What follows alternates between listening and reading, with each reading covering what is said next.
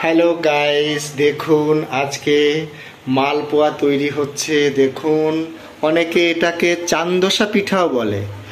কি দিয়ে বানানো হয়েছে? এখানে শুধুমাত্র ময়দা, মৌরি, দুধ, কিশমিশ, চিনি তো অবশ্যই লাগবে, সাথে সুন্দর করে ফেটিয়ে নিতে হবে। একটুখানি খাবার সোডা দিলে জিনিসটা ফুলবে, যেহেতু খাবার সোডা নেই বলে আমরা নর্মালভাবেই বানাচ্ছি। দেখুন সুন্দর করে লাল লাল করে ভাজা হয়ে যাচ্ছে।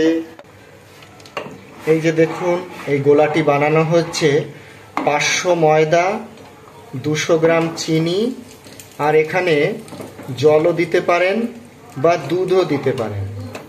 আর আরেকটা জিনিস আপনাকে অ্যাড করতে হবে খাস্তা বানানোর জন্য, সেটা হচ্ছে সুজি না দিলে কিন্তু মচমচে একদম হবে না। কি সুন্দর, বানাতে খুবই ইজি আর খেতে খুবই সুস্বাদু। এখন বানানো হচ্ছে কিভাবে সেইটা দেখে নিই আমরা। দেখুন কিভাবে হাতা দিয়ে খুব সুন্দর করে বানানো যায়, আপনারা বাড়িতেও বানিয়ে নিতে পারেন এরকম। দেখুন কি সুন্দরভাবে তৈরি করা হচ্ছে।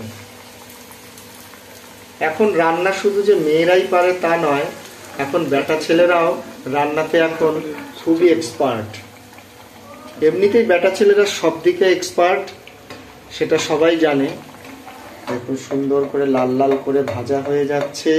মালপোয়া রেডি হয়ে গেল। কে খাবে? এসো, তাড়াতাড়ি এসো। ওয়াও, কেমন লাগলো? ভেরি ভেরি টেস্টি টেস্টি,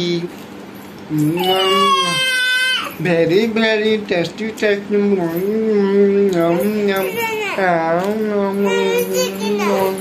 কে খাবে?